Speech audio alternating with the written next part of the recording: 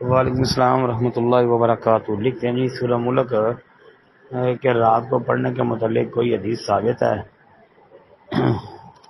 جی بالکل ثابت ہے انشاءاللہ۔ جو جامع ترمذی کی 2891 نمبر حدیث ہے، اگرچہ اس کی سند میں اختلاف ہے، تو بعض محققین نے جو ہے اس کو حسن کہا ہے،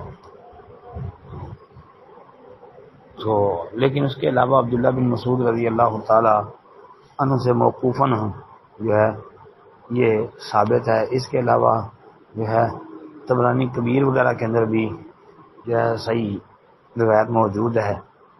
تو یہ جو سورۃ الملک کا رات کو پڑھنا، یہ انشاءاللہ حسن سند سے ثابت ہے۔ السلام علیکم ورحمۃ اللہ۔